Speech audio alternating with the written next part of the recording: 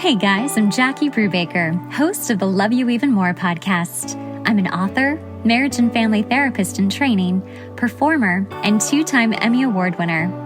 Each week, I bring on people from all walks of life to talk to them about their inspiring stories in the fields of self-development, relationships, business, and how you can love yourself even more. For more about me and the podcast, visit us at loveyouevenmore.com. Welcome, Lindsay Mayer, to the Love You Even More podcast. Lindsay is a TV producer, she's a mama, and she is a survivor from a very interesting tumor that happened in her jaw that we're going to talk all about. It's Ameloblastoma, and it's a very interesting case. She's been through a lot, and we actually knew each other from the past. We worked on a show together, a reality show in the Caribbean. 10 years ago. 10 years ago, which is insane. And you started popping up on my Instagram, I think, and I saw this happening and I was like, what's going on? Wait, hold on. Wait, what's going on? So needless to say, I had to talk to you about it. And I'm so happy you're here. Welcome to the podcast, Lindsay. Thank you. Thank you so much for having me and wanting to kind of chat and tell my story. I'm really excited to talk. I'm really excited to have you. So you have been a TV producer forever. How many years now? Like 100? Oh gosh. I started out of college working for ABC, working for the network. And then I transitioned to freelance in 2013, and I've been freelance ever since. So for a really long time now. Yeah. I know. When we think about our careers, it's like, oh, it's been a while.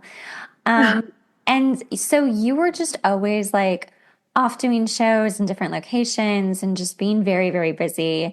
You then got married and were having married life. And then how did you first feel something was off? Like, how did you first know something was going on with this? So I had my daughter in January 2022, and about 9 months later, I started feeling like I had like tightness in my left side of my jaw, like that felt like TMJ, like maybe when you're like clenching at night when you sleep, and I'd wake up and it'd kind of be painful. And I asked my dentist about it. I actually called him and I was like, I have a cavity. Like, I for sure have a cavity. Something's wrong. And he was like, well, is it sensitive to hot and cold? Like, I was like, no, it just kind of hurts when I chew sometimes. And he was like, well, you probably have TMJ. Like, let's make you like a night guard. Anyways, and that worked for a bit. And then it just kind of increasingly got worse. And on the days that it felt like it hurt more, I was like, oh, I was stressed. I was clenching. You make excuses for things. And also because you don't know what you don't know. Yeah. So like I'm one that kind of dives into like why and the root cause of things. But at this point in my life with like a new baby and like, okay, this all makes sense. I'm stressed. Yeah. And I actually went to my chiropractor in July of that year. Or actually this was, July 23. And I walked in her office and she looked straight at me and she said, did you get work done to your face? And I was like, what are you talking about? No. You're like, Jesus. Yeah. Wow. You too. But what she could see that I could not see was ever so slightly, because the tumor was in my left jaw, that it was pulling my lip kind of downwards. And I couldn't even tell. It was so slight. And as she started working on me, she said, I'm feeling something hard in your jaw that I haven't felt before. It's not muscle. I think you need to get it checked out. And so I called my friend who's an ear, nose, and throat doctor and lives right across from me. And I said, I need to come over right now. And he examined me and said, oh, yeah, I think it's like a tumor or a cyst. I think you need to get a CT scan and a biopsy. So I went to my dentist to get a CT scan, and what I could see from him and his other doctor looking at this thing, and I'm across the hall looking at them, looking at my CT, and their jaws are wide open. And I was like, something is going on. You know, Yeah. everything, like all the hairs in the back of your neck stand up, and you're like, Yeah. something's wrong. And he had explained to me it looks like a tumor. He's like, I think it's an ameloblastoma, but this is only something I have studied, and I have never actually seen it in person. It's so rare in his 30 years of practice. That is terrifying to hear a doctor say Of something even close to that. course. Yeah. So my mind just starts racing. Like, obviously, you know, you try not to go to the worst case Sure. scenario, but I have a daughter and I just got married, and like, what if it's cancer? And you Yeah. know, I just start crying. And my dentist, who's like my dad, is like, let me give you a hug. You're gonna be okay. Let's get you a biopsy like today. And so I ended up getting a biopsy, and this was over my birthday. I was like swollen like a golf ball size in my face from the biopsy. I was trying to celebrate my birthday with my husband. We were out of town, and I didn't know if I had cancer. It's like all the Sorry, not to laugh, because that is just terrible. I'm like, this is so unfair. Right. Uh, and so, yes, come to find out when I went into the office and the next week, they explained to me this is an ameloblastoma. It's a very rare benign tumor, but it has to be removed soon. It's aggressive. But it's also slow growing, which is so contradicting to me. But they Yeah. think that it was probably growing for 10 or 15 years. Oh my God. And which is nuts. And you know, my dentist prior to the last year did not have a pano x-ray in his office. Mhm. And if you don't have a pano x-ray, which some dentists do and some dentists don't, you never would have caught it because it was so far back. And you know, your normal x-ray only catches like the back part of your teeth. Yeah. Like but mine was much further back than that. Wow. Yeah. And so it's you know good that we caught it when we did because eventually what happens is it would have just broken through my jaw. And like one day it just would have happened and Oh I my would have had God. no idea what that would have been like or felt like, but it would have been for sure an emergency situation. Oh my Um, God. yeah. So, wow. I think it's so interesting. Do they know why it started? You know, that's the thing that's sucks. Modern medicine, Western medicine, they don't have always the answers for these things. And I have my speculations as to what could have caused this or pushed this in that direction, but they don't really know. They can't really give you this was caused by this. There's some research I found that has something to do with when you remove your wisdom teeth when you're younger. This space and what form kind of can form there, but nothing definite, you know, on that. And so right now I'm just kind of in the phase where I'm just over like a year out, and it fully takes 2 years to recover from a surgery like this. Right. Uh, So actually, let's get into the surgery because that's a huge yeah, part of of this course. too. So you find out this, you're terrified. Thank God it's not cancer. I Yeah. can't even imagine had you not known and it kept growing, it now breaking through your jaw. Like I cannot believe that that's what could happen. Um, Talk to us about how the surgery, like when you sit down with your surgeon and they're like, this is what we need to do to Yeah. correct this. Yeah. So I sat down with the surgeons who initially did my biopsy, and it was quite terrifying because they explained to me basically we need to remove your jaw from just like below your ear all the way to like your chin. And it's about a 10-hour surgery, could be longer. Which, when you hear that you're going to be under for 10 hours, Yeah. that's like rather terrifying. I've had another small surgery. I was under for 45 minutes, but 10 hours feels like, oh my gosh, this could be bad. Yeah. And then they also, what they do is they rebuild your jaw with the fibula bone in your leg because the fibula bone is not a weight-bearing bone. So they can take a large part of that bone, which they took from like just below my knee all the Mhm. way down to just above my ankle, and I have a scar that runs all the way down my leg because they took that much of the bone to rebuild my jaw with the bone and a titanium plate.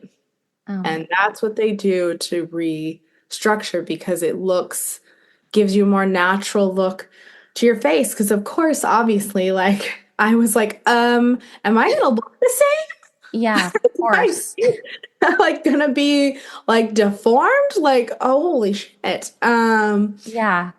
And so that's what they had to do. And so they explained you'd be under for 10 hours. We'd have a doctor working on your leg, a doctor that would be working on your jaw, and you will have to be on a feeding tube for 10 days. You will have to be in the hospital for 5 days. There's a lot of work that goes into, they take like vessels from your leg and they reconnect everything in your jaw, and they have to make sure that those vessels don't die, that they seamlessly work in your Wow. face. So every night for 5 nights I was in the hospital, you have this thing attached to you that just sounds like a heartbeat, and you have to make sure that those vessels are working.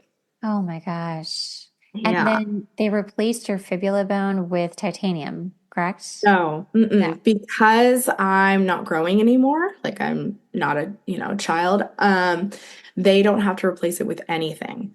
But the recovery from that, because you have to still kind of get used to like walking again and building your strength, I had to walk with a walker for 3 or 4 weeks, and I had to be in a boot for 3 or 4 weeks. And then after that, I was limping for probably like 2 months, and then I was able to sort of get my strength back and walk normally. Is there I'm just trying to remember like anatomy right now. So I know your fibula, but then is there another bone alongside it? Is that what's Yes. holding you up from your knee to your ankle? Okay, all right. Mhm. I was like, how is that going to work? Yeah. Ship the whole There, thing. I know. There's another bone in there, Okay. and that is what stabilizes you because the fibula Oh, isn't weight bearing. But of course, it's like your mind is like, well, I was born with that, so I kind of need that, right? Like right. that's Okay. supposed to stay in my leg. Okay, so hold on. It's your tibia that's that front bone, Yeah. correct? Okay, Uh-huh. that's the one that's still there, and your fibula is gone. Great. Yeah. Like, Exactly. Jesus, Lindsay. I know. I can always tell what my weaker leg is, like I can just kind of feel it as I'm kind of walking or hiking or working out, but it's nothing that you notice like every single day Wow. now. Yeah. So you're in the hospital, the surgery has happened. And then I also remember, I think that you had a lot of different, like, you lost two teeth, obviously. They had to take two teeth. And then there was some kind of like braces situation, but not braces. Can you get into that? Yeah, so afterwards, for whatever reason, the way that I healed, they take a lot of muscle out of my left side along with, my bone. And so this left side was really weak, and the right side is really strong. And I continued to chew once I was able to not eat soft food on my right side. And so that right side was just pulling so hard that it was pulling my jaw out of place. Oh, So wow. like when I smiled, it was off centered. I couldn't get my bite because it wasn't connecting. It wasn't, hitting where it was supposed to. And my doctor at Mayo Clinic is fantastic. And I said, this isn't right. Like we have to fix this. I can't smile. I can't Yeah. chew. This is not me. And so my surgery was November uh 23, and I had to go back and have another small procedure in May Mm. of 24. And what they were going to do was actually cut into my jaw ever so slightly to shorten it and put the Wow. plate back on. But when I was put under, my doctor noticed that my jaw just fell right back into place. And so at that point, he called the prosthodontist, he called like two other doctors. They all came and they looked and assessed me while I was under. And they said, well, let's not cut into her jaw. Let's just put brackets into her jaw with Mhm. rubber bands, basically, Mhm. and try to hold her, in that place for a month, and that should work. And so Wow. that's what they did. It's like the brackets that you'd see like, kind of little kids have, only they weren't on my teeth. They were screwed into my jaw, Oh my God, girl. which for an entire month was super painful. It was like Oh, a 30-minute process just to get ready for bed every night, like taking oh, off the wax, taking off the bands, flossing my teeth as much as I could, brushing my teeth, putting it all back on. It was just awful. wow. Oh, yeah. But it helped correct it. And so now it's, as straight as it's going to be. And I Yeah. went to an orthodontist and he's like, there's nothing I need to do with this right now. Good. It's not, it's not me. It's not my smile. It's never going to be the same. Like that old Lindsay is no longer Yeah. anymore. And I Yeah. have to kind of move through those feelings. I used to have, it's a perfect smile. My teeth would line up top to bottom, and they're off a little bit, but you know, I'm just really grateful for my surgeon who's fantastic. So Yeah. they did a No, great job. they did. And you're such a beautiful girl already and still, and to just go through something that is so intense, painful, terrifying. I mean, you said that a lot of people have commented on you started a TikTok while you were doing all of this, and people have really commented on like how you were able to have grace through all of that. And I would love to know how you were able to have grace through all of this. I mean, a lot of it comes from like day to day. Like I think about, my daughter, and she's so young, but like one day she'll see like how strong I was, how strong mom is. And, I hope that gives her like a lot of confidence. But I was always trying to just be positive and know that like one foot in front of the other, like I'm gonna get through this one step at a time. Yeah. But positivity is so much more about trust than it is about happiness. Because you think about, I'm going to be positive. I have to be like happy, Mm. but I have to trust and be positive, knowing that I'm going to be okay. Yeah. I'm going to persevere through this. Like I will bend, but I will not break. Hmm. And, when you process anything in your life, you give it less power. Yeah. That comes from trauma or, breakups or just any kind of tough thing that you have to go through in your life. Like when you process something, you just give it less power. And so I knew that this was something I was not going to get over, but something I just had to work through. Hmm. And so, every day was different, and it really helped having like the support of my family and my friends. And just, some days I was kind of open to talking about what was going on. And then some days I was just like, I need a normal day where I don't think about this. And, Yeah. I go about my day. And um, I started like reading at night in bed to kind of like calm my mind. Mhm.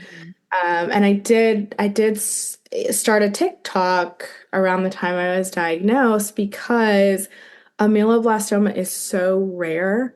There wasn't a ton of information about it. And I joined a Facebook group, but there's only 3,000 people in the country. Like, Yeah. it's rare. And now so I'm not a TikToker, but like I kind of like was trying to update people throughout the process.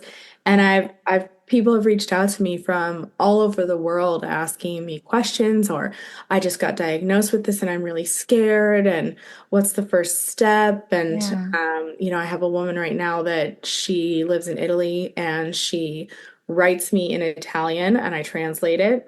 I write her back in English. I translate it back to Italian and I write her Um, back. oh. And so we're able to sort of communicate and she's able to like ask me questions. And like that is the greatest thing for me is to be able to provide support for other people going through it. Right. Because I mean, unless you've really been through something like this, like traumatic, it's really hard to understand. Absolutely. I mean, I'm listening to you, but I can't even imagine like what the day to day of that would look like. And I really, really love because we do get so much of our information from just Googling and social media. And TikTok was such a great idea on your part to like get more information out as you were going through it because so many people found you and were like, oh, thank you. And then people who didn't even know what it was are learning about what it is so that they can help or just have the knowledge or just be with you on your journey. Right. Yeah, Um, there's people who've reached out to me who don't even have ameloblastoma, but they have some sort of a something else going on with their jaw yeah. and just have questions about if they're having a surgery or how that would work or what you feel like afterwards and just, Oh. so I'm able to help not just people going through my exact diagnosis, but other people as well. And So the it's good news too about your diagnosis is that if you go in and really get everything, like you said, you actually, your doctor had said, some people go in and they just kind of scoop out what is there, the tumor, but they don't take as much bone as you took. And it's not as successful, correct? right.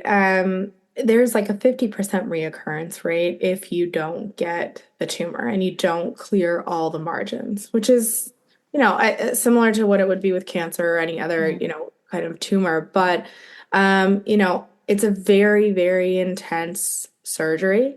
And so a lot of people will try to avoid that initially by if it's small enough, oh, we can just go in and try to cut it out and then your Mhm. bone will grow back together. Mhm. And most of the time, they end up having to have the major surgery because that doesn't work. It always comes back. That'd be And in so my cool. case, yeah, it was not an option for me because it was so large that it had already replaced my jawbone. And so taking it out, I had to have something to bridge that, which was my fibula bone. All right. But the good But news is that because you did get everything, the chances of it coming back are very, very low. right. And definitely not in the same place. If it were to come back, it would come back higher up, lower, somewhere else. Mhm. Um, it wouldn't come back where the new, bone is. Yeah. So I have to get CT scans like every year for 5 years and just make sure everything looks clear, and then you kind of space it out after that. Uh, After going through something like this, uh, what is your mindset on life right now? Like it's got to have significantly changed. Like what is important, what is not important? What does the future look like for you? Like just how has life changed for you? that's a really good question, and really, it's you aren't promised tomorrow. Things can turn on a dime, Like one day I was fine and living my life, and the next day I didn't know if I had cancer, and I very well could have. Yeah. Like things can just turn so easily that like I started to think about what was really important and what I want to do and what my passions are and not waiting to do those things because the longer you push something off for fear or other reasons, like it just doesn't happen. And then maybe you never do it and maybe you run out of time. Yeah. Like, who knows? And so I've just been very intentional about my time and where I put my energy Mhm. and spending time with my family and my friends and working on projects that matter to me. Um, because I think that that's it really does change your life when something like Yeah. this happens. It's traumatic. Yeah. Um, and so I'm very intentional now. What would you tell someone who has either been diagnosed with this or even something else like cancer that is in this beginning stage of terrifiedness? Oh gosh. You will get through it. It's going to be hard. The journey is not going to be easy, but you will get through it. And soon enough, you'll be on the other side and you'll be answering questions just like I am for someone like you. Um, and someone had told me that when I was really in the thick of it, like you're gonna get to the other side and you'll be given advice just like I'm talking and supporting you. And I was like, really, I needed to hear that at the time. Um, and a girlfriend of mine right before surgery was like, we're on the other side of this already. Like, Yeah. you just got to envision yourself, you're on the other side. And so those things really kind of helped me like, okay, I've got to see through this. I've got to see through this. Um, but immediately, as far as the medical side, I would say just doing your research. I interviewed three different doctors before I decided which route to go with, because especially for something as rare as this and as important as your face, you want to make sure that, some advice I got from another doctor was that you want to see somebody who's done this exact surgery hundreds of times. Wow. Lots and lots of times. And I feel like that's not just like my surgery, but I was, talking to a friend recently who has something else going on, and he's like, yeah, the doctor said this, and I'm going with this. And it's like, well, no, no, no, no. Just because one person says this doesn't mean this is the only route to take. Like, you Yeah. have to be your own advocate. You have to advocate for yourself because no one else is going to. And the one thing with this surgery is that no recovery is the same. And I've discovered that from talking to so many people who have had the same surgery. Everybody has a different recovery. I have a girl I talked to now who went through surgery just around the same time I did. She has a lot of numbness in her tongue. They messed with her lymph nodes. She has problems there. If you don't find the right person to do this surgery or any kind of surgery or get a second opinion, like you can end up having a lot more issues. So definitely be your own advocate is a huge, huge one on that side of things. Gosh, I so agree with that. I'm always surprised that people who don't have multiple interviews and really, really do their research on what's going on, because especially in your case, this was a huge surgery. And it is your face, it's a big deal. Yeah. And So as a fellow producer, it's like my mind went straight into production mode. Like I was like, okay, so if this is the diagnosis, then this needs to happen and this needs to happen. I need to talk to this person. We need to like logistically like do all the things. I was like checking off my list every day. Like my producer brain went into like full type A mode about everything. And I was like, this, and this has to happen. Done. Oh my gosh, but that probably worked so well to your benefit, and everyone was like, "Thank you for putting this in place." It totally did. My whole family was like, I had to rent like a house for like 10 people and had to figure out like all the different moving parts. And like my family was like, okay, so this is done. Alrighty. I'm like, yep, nope, done. Check that off the list. Like I just produced my whole surgery. So no one else had to worry about it. Oh my God, I love that. I love it. So you are on the other side of this, and life is looking way more normal. What's a normal day for you now? Oh gosh, I'm working on a passion project right now and I'm loving doing that. I just finished a show about a month ago. I'm spending a lot of time with my daughter and my husband. I'm trying to plan, those trips that I was like, "Oh, I'll do that next year," and not put things off like I Yeah. used to. Yeah. Um, but yeah, I mean, most of the days, like I have a new normal, the way I feel, every day as far as like, my face and how I eat and smile and things like Mhm. that. There's things that I deal with every day that I just know I'll have to deal with and I'm still getting used to. Yeah. And that's still tough. Like I'm still working through that. It fully takes like 2 years to really recover from a surgery like this. So Mm. I'm just over like a year out. I haven't gotten my two back teeth yet.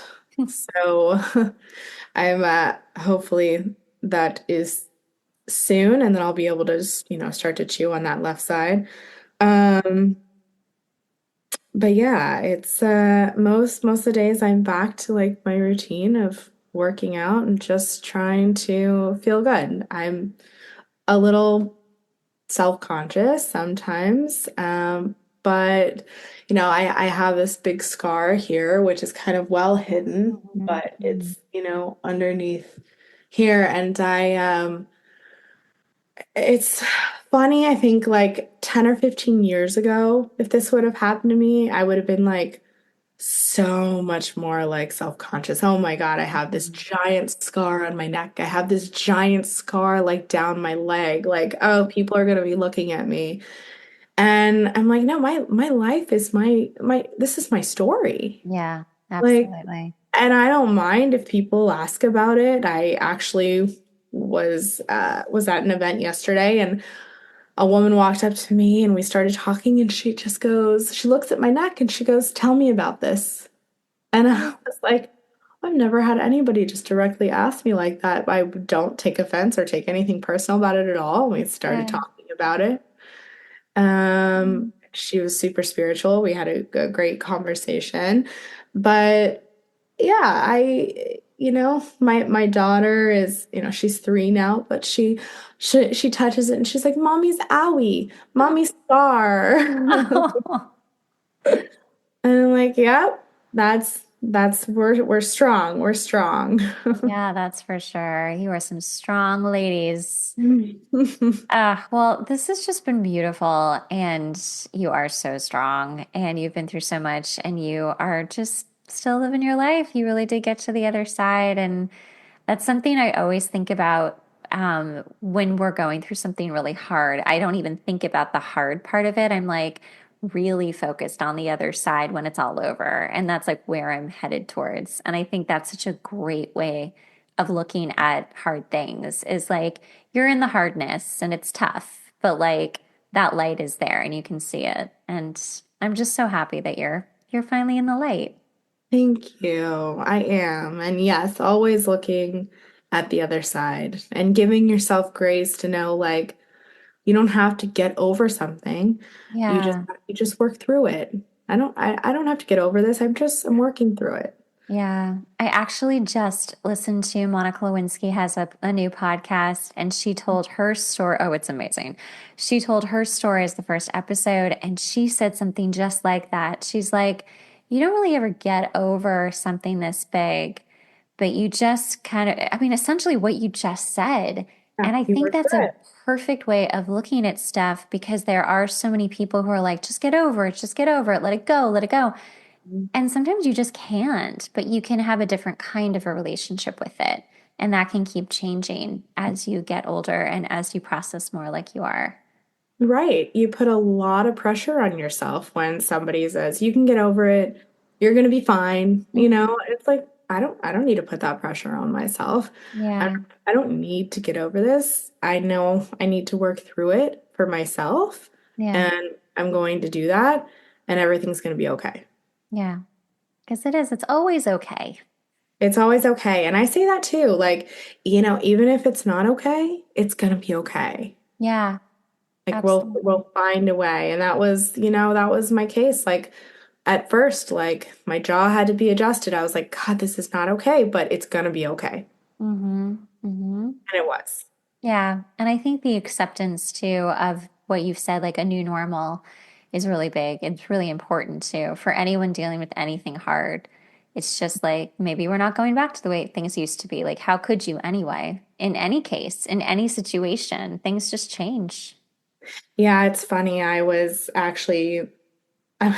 on a plane, and I was sitting next to a guy and we were talking about surgeries and just kind of trading stories. And I was showing him pictures of what my smile used to look like. I was feeling kind of down about it at the time. And he was like, well, that's not you. That's the old Lindsay. Oh. Is you now. This is the new Lindsay. And Mm. it just like hit me so hard in that moment, like all like a roller coaster of feelings because I was like, shit, you're right. Like that's not me anymore. And I have to grieve that part of me. And like, this is the new me, Yeah. which is hard sometimes. And I think, especially like for women, like, you know, when the other side of this is like when your beauty is kind of your currency for so long. For sure. Yeah. And that gets taken away by two things, either something traumatic, like what happened with me, or age. Mm-hmm. Mm-hmm. Then you have to start to sort of reevaluate, and that can be hard. Yeah. And so it was hard to think about it that way, and it's still hard to think about it that way. And for a long time, I like wanted to print these like beautiful pictures from my daughter's like first birthday, and it's like, but I couldn't look at myself. I Oh, didn't want to look at my smile yeah. and what it used to be. Yeah. And now I can, but it's taken a lot of time. Yeah. So again, working through it, working through Absolutely. things. It's your constant work in progress, no matter what you're going through. You're Yeah. always working and processing something, processing those things to give them less power and give yourself more happiness is really important. Yeah. You just said some really powerful stuff. So I just want to let it sit there. Just, it was perfect. Wow. Thank you so much for sharing your story and sharing all of this wisdom. And I'm so great. And your smile is so gorgeous. I mean, oh my God, it like you would never know. It's stunning. I'm just so grateful that you were good and that you're here and that you were able to come on today. Thank you so much. I really appreciate it. I love talking to you, and thank you for letting me share my story. And I hope that it helps anyone else going through something difficult at the time. Absolutely. I'm gonna tag all your socials and your TikToks so people can go find you and walk through the journey with you from the past up to now. Yes, thank you. I know the people that I talk to on TikTok will be curious to hear all about it. So Sure. Thank you so much, Lindsay. thanks.